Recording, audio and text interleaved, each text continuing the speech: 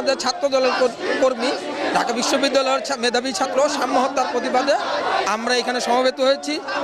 আমরা বলছি যে নিরাপদ ক্যাম্পাস, আমরা যে দাবি চাই, আমাদের যে দাবি নিরাপদ ক্যাম্পাস, আজকে ক্যাম্পাসটা নিরাপদ না, ক্যাম্পাসটা অনিরাপদ বলে আজকে তাদের ক্যাম্পাসে ঢাকা বিশ্ববিদ্যালয়ের ছাত্র তার ক্যাম্পাসে তাকে হত্যা করা হয়েছে।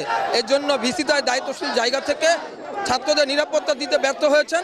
আমরা আজকে এই জায়গায় এসে সমবেত হয়েছি ভিসির পদত্যাগের দাবিতে।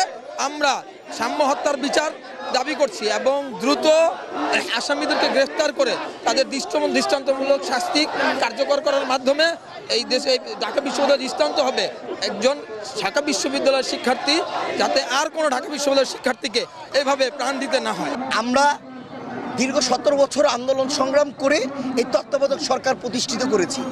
আজকে এই তত্ত্বাবধায়ক সরকারের মধ্যেই গোলমাল পাকিয়ে গিয়েছে, বৈষম্য সৃষ্টি হয়ে গিয়েছে, তারা রাষ্ট্র পরিচালনা করতে পারছে না।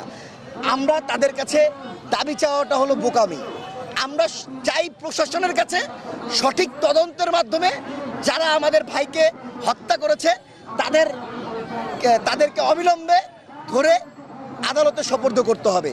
এবং আমরা এখন তো আর আমরা দাবি চাইলাম এখনই অবিলম্বে ফাঁসি কার্যকর করতে হবে তা না, যখন সঠিক প্রক্রিয়ায় গণতান্ত্রিক প্রক্রিয়ায় রাষ্ট্র পরিচালনার ক্ষেত্রে যখন আমাদের ভোটের অধিকার প্রতিষ্ঠিত হবে, যখন গণতান্ত্রিক প্রক্রিয়ায় একটি নির্বাচনের মাধ্যমে ব্যালটের মাধ্যমে একজন নায়ক তৈরি হবে, বাংলাদেশের নায়ক তৈরি হবে, তখন আমাদের রাষ্ট্র পরিচালনা করার জন্য আমরা সকল দাবি দেওয়া সেই পরিচালকের কাছে আমরা দাবি পেশ করব।